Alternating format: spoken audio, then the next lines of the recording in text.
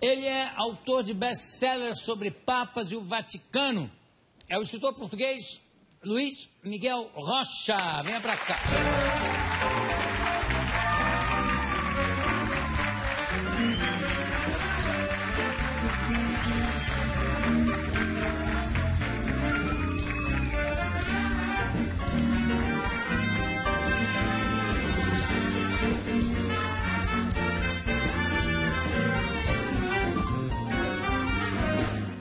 Luiz Miguel, você é português de onde? Porto.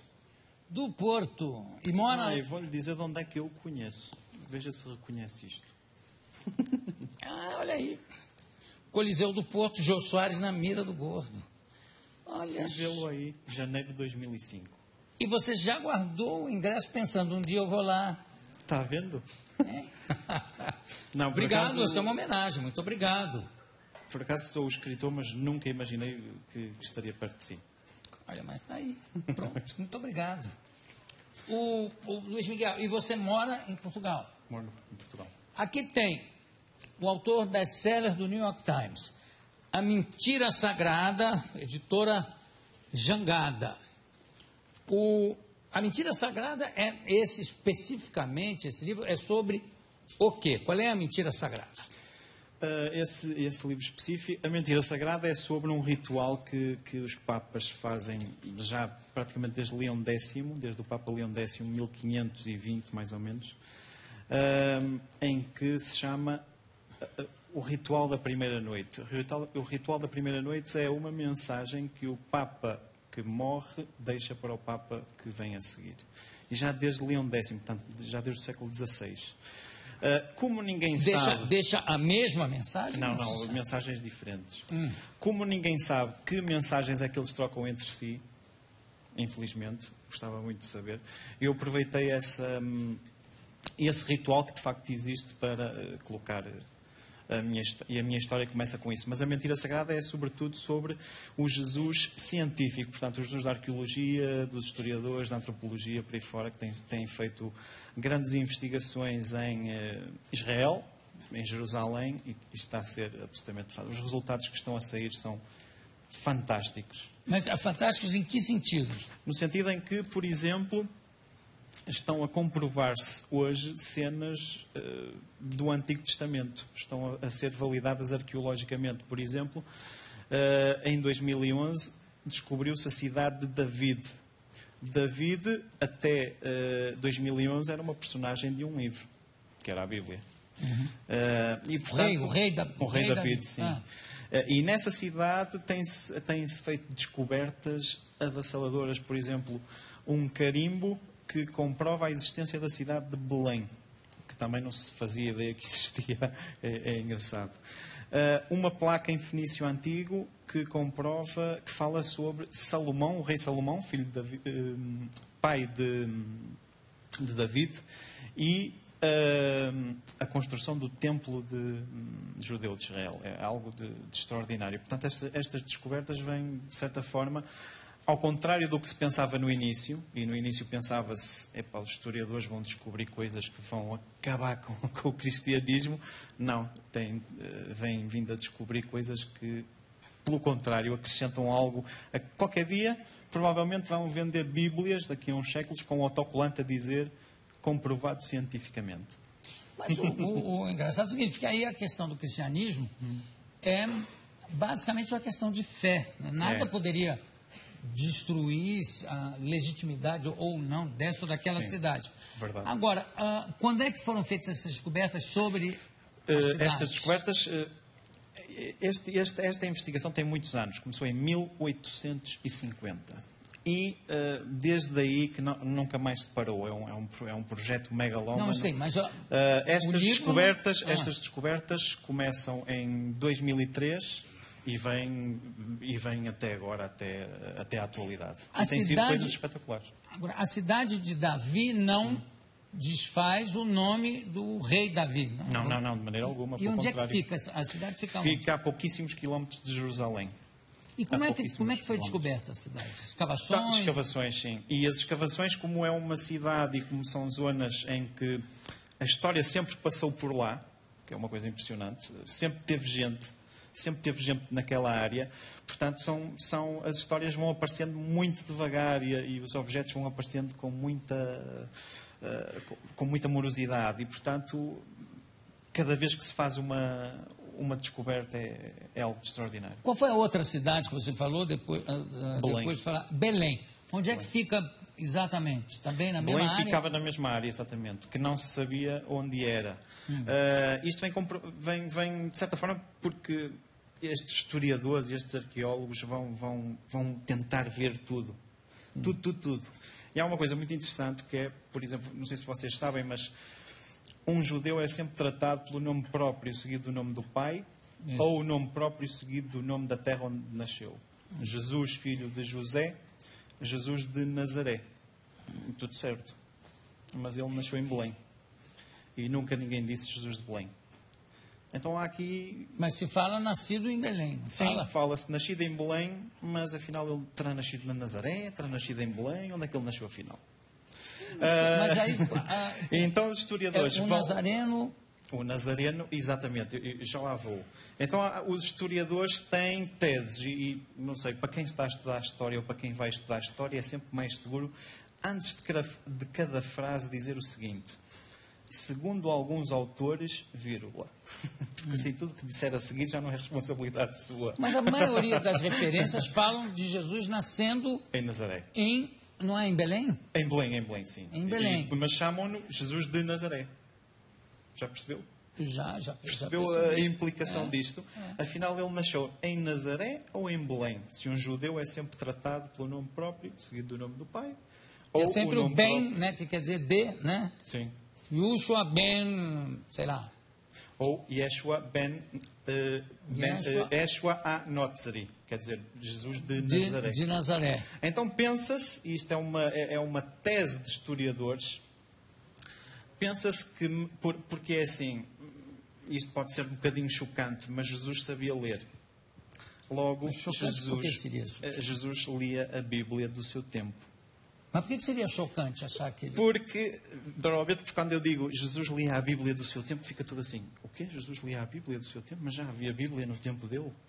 Já. Havia a Bíblia judaica. Claro. Que é muito parecida com o Antigo Testamento. Então...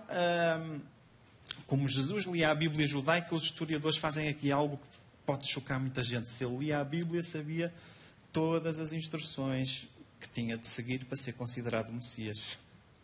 Entende? Ou seja, sabia que tinha que nascer em Belém, sabia que tinha que fugir para o Egito, sabia que tinha que vir para a Galileia, sabia tudo isso porque está o livro de instruções no Antigo Testamento. Mas no Antigo Testamento da Bíblia judaica, vamos chamar assim, não tem essas informações. Tem as profecias estão lá todas. Todas menos uma. Ele será chamado de o Nazareno. Essa não está em lado nenhum do Antigo Testamento. E todos os seus ossos serão quebrados? Está também lá no Antigo? Todos os seus ossos serão quebrados, isso está. Está lá no Antigo. O que é muito interessante. Portanto, falta só uma. Falta do Nazareno, que foi Mateus que colocou. Ele será chamado de o Nazareno. Não se encontra em lado nenhum do Antigo Testamento. Então, há historiadores, não são todos, que pensam que Mateus não quereria que os fiéis soubessem que era Jesus o Nazareu em vez de Jesus de Nazaré. E um Nazareu é outra coisa completamente diferente. Um Nazareu é... por exemplo, João Batista era Nazareu. Um Nazareu é alguém prometido pelos pais a Deus desde o nascimento. E entre os 10, 12 anos, teria que ir para uma espécie de uma escola, no Vale de Qumran, onde seriam ensinados nos rituais nazaritas. E esses rituais eram, alguns exemplos, não podiam nunca tocar em cadáveres, não podiam beber álcool, não podiam cortar nenhum pelo do corpo. E tinham que estar sempre em constante estado de purificação. E os judeus acreditam na purificação através da água. E João Batista estava sempre dentro de água. Agora, o Luís, sim, voltando às cidades e voltando ao Velho Testamento. No Velho Testamento, dos judeus, quer dizer, você chama de a Bíblia dos judeus, que é o livro sagrado dos judeus. tem referência a essas cidades? A Belém? Não, no Antigo Testamento não. Nada. Tem referências às cidades no Egito, tem da fuga para o Egito, Mas Nazaré não tem? Nazaré não Nem fala. Belém? Também não? Não fala de Belém, mas fala... dá para perceber que será Belém, ou que será algo parecido com Belém, a cidade, que será um local importante. Outra coisa, você falou do Papa que deixa, antes de morrer, diz sempre uma frase para o próximo. Deixa sempre uma mensagem para o próximo. E quando ele morre, de repente? Não deixa nada. então, Foi o que aconteceu a João Paulo I. Pois é, que a gente vai falar já sobre isso, que é sempre um mistério que falam em volta da morte de João Paulo I. Mas esse negócio de passar, por exemplo, eu acho muito estranho o negócio do terceiro segredo de Fátima, que nunca é revelado, e um Papa sempre lê e deixa para o outro revelar. Será que é alguma pegadinha dos meninos lá de Fátima? Falaram alguma bobagem do Papa, que o Papa diz, não, esse não sou eu, é o próximo. O segredo foi revelado por João Paulo II no ano 2000. Ah, foi revelado já? Em Fátima, e no ano 2000. Qual era? Era que um Papa, portanto, um bispo vestido de branco ia ser ferido por algumas balas, neste caso. Mas isso ele revelou depois que foi ferido? Sim, claro. Falava do atentado, referia-se ao atentado de 1981, na Praça de São Pedro. Também aí eu já e ficámos todos assim, dúvidas. Era isto só? Quer dizer, tantos anos à espera para nada? Praticamente é isso. E portanto, ficámos a pensar se o segredo não seria, e é o que se pensa, um bispo, se calhar vestido de branco, morto pelos seus próprios pares. Foi o que aconteceu a João Paulo I. Foi morto pelos seus próprios pares. Bom, vamos fazer um intervalo aqui para eu poder botar em dia essa revelação aqui, que sempre houve uma dúvida muito grande a respeito da morte desse Papa. Vamos lá, por favor. Tenho aqui ao meu lado o escritor Luiz Miguel Rocha, que está lançando A Mentira Sagrada. Qual é o best-seller do New York Times que está anunciado? O Último Papa. O Último Papa, que é sobre João Paulo I. Sobre João Paulo I. Então vamos abrir o bloco falando disso. Você não tem dúvidas quanto à morte de João Paulo? Você acha que ele foi assassinado mesmo? De certeza absoluta. Ele foi Papa há muito pouco tempo. Ele foi Papa 33 dias. E por acaso há uma história interessante, documentada, que ele, um ano antes de ser Papa, foi a Coimbra, ao Carmelo de Coimbra, em Portugal, e encontrou-se com a irmã Lúcia, que muitos conhecem como um dos 3 pastorinhos que viram Nossa Senhora em 1917. E às tantas, durante esse encontro, a irmã Lúcia diz-lhe algo deste género: e quanto a si, senhor patriarca, ele era o patriarca de Veneza, a coroa de Cristo e os dias de Cristo. E ele foi Papa no ano seguinte, 33 dias. É uma coisa maravilhosa, esta história é maravilhosa. Está documentada pelo seu assistente da época, que hoje é Monsenhor Diego Lorenzi, que era o assistente dele. Mas ele, antes ele não teve tempo para ser um bom Papa. Nem sequer teve tempo para ser Papa de toda, a bem dizer. Mas foi um homem absolutamente fenomenal. Eu digo ele chegou a ter o ritual da consagração, sim. Não, ele não quis ser entronizado, atenção, ele recusou ser entronizado, mas teve a consagração, que é isso que permite que um Papa seja considerado Papa. Em 1961, no tempo de João XXIII, do Papa João XXIII, ficou estabelecido que um Papa não consagrado não é Papa, mesmo que tenha reinado alguns dias. O Papa que menos tempo ficou no cargo foi o Papa Estevão II, que ficou apenas 3 dias. E, portanto, foi retirado da lista dos Papas porque nem sequer chegou a ser confirmado, nem sequer chegou a ser consagrado. Agora, falando do Papa João Paulo I, que, aliás, ele tinha uma vozinha fina, uma coisa assim. Parecia o Fabinho, que trabalha comigo, que tem essa voz assim. Uma coisa assim, meio assim. Tinha uma voz bem fininha, mas parecia uma pessoa enérgica, né? Muito enérgico. Agora, como é o nome da secretária dele, enfim, a pessoa que cuidava dele chamava-se Irmã Vincenza. Foi a pessoa que o encontrou morto. E a irmã Lúcia? Não, a irmã Lúcia foi... Não, eu sei, mas viveu até 2005. Até 2005. A irmã Lúcia, sim, 2005. Morreu 2 meses antes do Papa João Paulo II. Você sabe que eu entrevistei aqui um padre, que é o padre Oscar Quevedo, que diz o seguinte, que não existem aparições de Nossa Senhora. Na realidade, são projeções das pessoas que enxergam. Quer dizer, ele não diz que isso que seja errado, enfim. Mas ele diz que não há uma aparição, é uma projeção da cabeça de quem está vendo. Aí fica realmente real para aqueles que estão assistindo. Você como leigo, o que você acha? Sinceramente, eu acho que são projeções da Igreja. Da Igreja? Você vai mais... Pega pesado mesmo. Não, porque assim, em 1917 o que é que acontece? A Revolução Bolchevique, em fevereiro. Depois há ali um conjunto de situações, a Europa está em guerra. E o que é que essa Nossa Senhora que apareceu aos 3 pastorinhos disse? Que a Rússia vai se converter e, portanto, vem muito a propósito.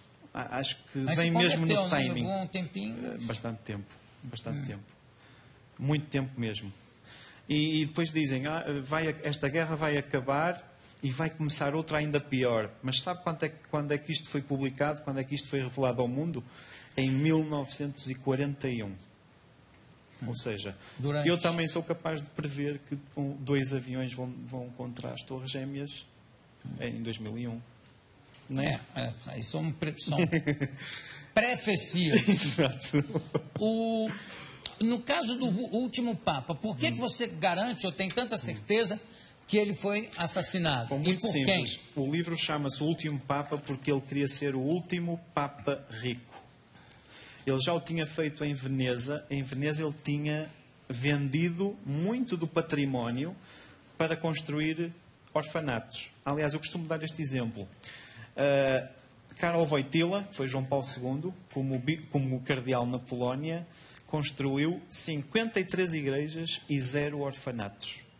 O Albino Luciani, Papa João Paulo I, enquanto patriarca de Veneza, construiu 44 orfanatos e 0 igrejas. E ele, quando estava no seminário para menores de Feltre, em 1926, escreveu algo no jornal do seminário para ver que tipo de homem ele era, que ninguém sabe como é que aquilo foi publicado, e que correu o mundo, que dizia o seguinte: aos líderes do Ocidente, o Antigo Testamento deve ser vendido com uma nota a dizer: isto é uma obra de ficção, manter fora do alcance das crianças.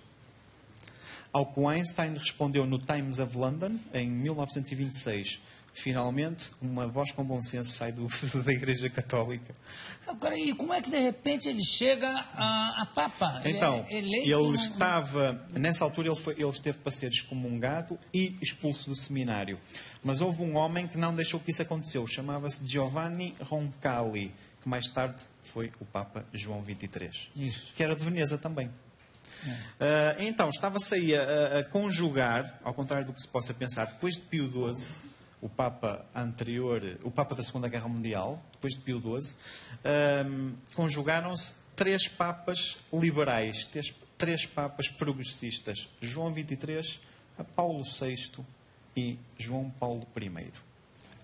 E cada um preparou o terreno para o outro. Esta história de que nos conclaves se escolhe os papas, isso é completamente ridículo.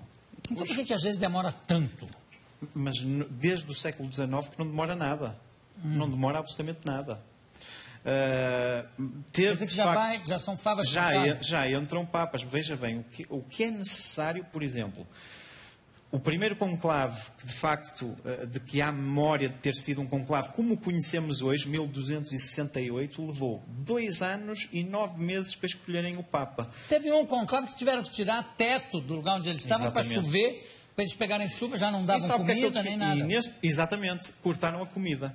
Então esse Papa que foi eleito nesse conclave, chamado Gregório X, instaurou um decreto chamado Ubi Periculum, que dizia: se ao fim de 3 dias não se decidirem, suprimimos uma parte da comida. Se ao fim de 7 ainda não estiver decidido, suprimimos toda.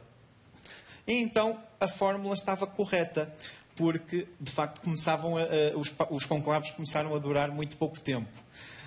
Mas depois veio outro Papa em 1278, que mudou tudo e voltámos a ter conclaves muito grandes, com 2 anos e 9 meses, às vezes quase 3 anos. Antes da gente se perder, vamos voltar para o assassinato do Papa. Sim. Quer dizer, apesar de parecer uma contradição, ele já foi para o conclave já sabendo que seria Papa. O primeiro ato... Quer dizer, a igreja... Por que é que, de repente, houve a reviravolta e tiveram que assassinar o Papa? Porque, como eu disse, ele queria ser o último Papa rico. Ele queria distribuir a riqueza. Mas mesmo assim ele já foi... Foi eleito porque o conclave estava perfeitamente programado para ele ser eleito. Não há dúvida. O primeiro ato de João 23, enquanto Papa, foi fazer um consistório. O consistório elege cardeais e bispos. Consagra cardeais e bispos. E normalmente um Papa não faz isso logo na primeira semana, nem nas primeiras 2 semanas em que é Papa. Faz isso anos depois. Mas coisa que o João 23 não contava ter anos. Sim, mas teve 5 anos. Mas o João 23 o que é que fez? Na primeira semana consagra como cardeal o Giovanni Montini, que veio a ser Paulo VI, e como bispo Albino Luciani. E logo o primeiro ato de Paulo VI é fazer, não o primeiro, mas quase no seguimento, é fazer o Albino Luciani cardeal. Quer dizer, portanto, havia ali um interesse. Preparado. E foi nomeando cardeais que lhe permitiam obter aquela votação. O que é que eles não contavam? Que havia um cardeal na Polónia que visitou e dormiu na casa de quase todos os cardeais do mundo, em pré-campanha, que se chamava Karol Wojtyła. Eles não contavam. É esta a forma de um futuro Papa fazer campanha, é ir visitar os cardeais. E pago, e sabemos isso, está perfeitamente documentado, pago por um senhor chamado Escrivá, que era o grande fundador da Opus Dei. E foi pago por ele que ele foi fazer essa volta, quase essa volta ao mundo, de casa em casa. E então, de repente, perde o conclave o primeiro conclave de 1978. E vem um Papa que de repente se quer desfazer de tudo. E não quer só desfazer-se de tudo. Quer, por exemplo, que os segundos casamentos sejam santificados na mesma como o primeiro. E há aqui uma história muito interessante. Quando o Albino Luciani foi padre, em 1935, a primeira coisa que o mandam fazer é ir a um hospital dizer que a uma mulher que ela ia morrer. Só que o medo da família é que ela tinha deixado o marido e tinha um novo companheiro. Então ia para o inferno, porque segundo a Igreja não se pode fazer uma coisa dessas, não é? E ele, nessas alturas, quando as mulheres renegavam o marido e tinham um novo companheiro, o que é que se fazia? E estavam no hospital, não deixavam entrar o novo companheiro, porque a família é que mandava, e entrava lá o padre para elas renegarem o novo companheiro. Era isto que eles faziam. Então o Albino Luciani, o padre Luciani, entra nesse hospital e diz à senhora: diz-me uma coisa, gostas mais de Deus ou do teu companheiro? E ela respondeu: eu gosto dos dois. E ele disse-lhe: sabe, é que por vezes não acertamos nem à primeira, nem à segunda, nem à terceira. Às vezes nunca acertamos. O teu lugar no céu está garantido. E isto é totalmente contra a norma. Agora, Luís Miguel, Sim. esse negócio de se desfazer dos bens da igreja, dos tesouros da igreja, é uma coisa meio impossível, né? Porque como é que você vai se desfazer da Capela Sistina, dos trabalhos de Michelangelo? Mas para lhe dizer, ele vendeu frescos em Veneza. Sim, tudo bem, mas no Vaticano, quer dizer, me parece que é um tipo de tesouro meio inegociável. Como é que você vai vender? Eu também acho que sim, mas de facto, este era o projeto dele. Como é que ele o ia fazer? Não faço a menor ideia. Mas provavelmente, como dizia o arcebispo Paulo Marcinkus, que era o presidente do Banco do Vaticano, a Igreja não se rege com Ave-Marias. A igreja que rege-se com dinheiro. Agora, como é que foi efetivamente, como é que planejaram, como é que mataram ele? Foi o tal chazinho? Não. Isto é uma conspiração que vai até ao topo, ou seja, vai até ao secretário de Estado do Vaticano, que se chamava Jean-Marie Villot. E naquela altura havia uma loja maçónica que tinha um poder enorme dentro do Vaticano. Chamava-se Propaganda Due, mais conhecido como P2. P2. E esse Jean-Marie Villot, o seu nome maçónico era Gianni, na loja de Roma. Portanto, ele era maçónico, assim como Marcincos e por aí fora. E então foi ele que permitiu que se tivesse entrado no quarto do Papa. Mas quem entrou? Quem entrou foi um operacional da P2. Um operacional da P2 que não foi com veneno, não foi com chá, não foi coisa nenhuma. Foi com uma almofada. E matou o Papa às 4 da manhã. E não no dia anterior, como tinham dito. E uma coisa muito interessante é que o comunicado de imprensa do Vaticano diz-nos que ele foi encontrado pelo padre, pelo assistente John McGee, às 6:30 da manhã. Mas sabe-se que saiu no registro, porque quando se vai buscar alguém do Vaticano a Roma, neste caso os embalsamadores, que foi o caso, todas as saídas são registadas e todas as entradas de automóveis. E sabe-se que o carro para ir buscar os embalsamadores saiu às 5:23 da manhã. Como é que era possível só terem encontrado o Papa às 6:30? Agora, como existem várias teorias conspiratórias, como a morte do Kennedy, etc., essa também poderia passar por uma teoria de conspiração. E Sim. Como é que toda essa ala da igreja progressista, né, que elegeu esse Papa, não levou essa investigação mais a fundo? Porque quando o Papa morreu, quem fica como Papa interino é o Jean-Marie Villot, o secretário de Estado, que é o Camerlengo. O Camerlengo é o Papa. Sem os poderes do Papa, ou os poderes totais, não era um homem de confiança do Papa. Não, era um homem de confiança do Papa anterior, de Paulo VI. Ele, portanto, para que se compreenda, na tarde do dia 28 de setembro, portanto, um dia antes, na véspera da morte, ele reuniu com cardeais, onde estava também o Jean-Marie Villot, onde estavam outros cardeais da Cúria Romana, em que ele lhes comunica que vai haver mudanças no dia seguinte em toda a estrutura da Igreja, Banco do Vaticano, congregações, Secretaria de Estado, portanto o Jean-Marie Villot ia ser substituído, já sabemos que era pelo cardeal Benelli de Florença, que era ainda mais progressista que João Paulo I, e no dia seguinte não acordou. Coitadinho. Que maldade. Bom, eu conversei aqui com o Luiz Miguel Rocha, está lançando pela editora Jangada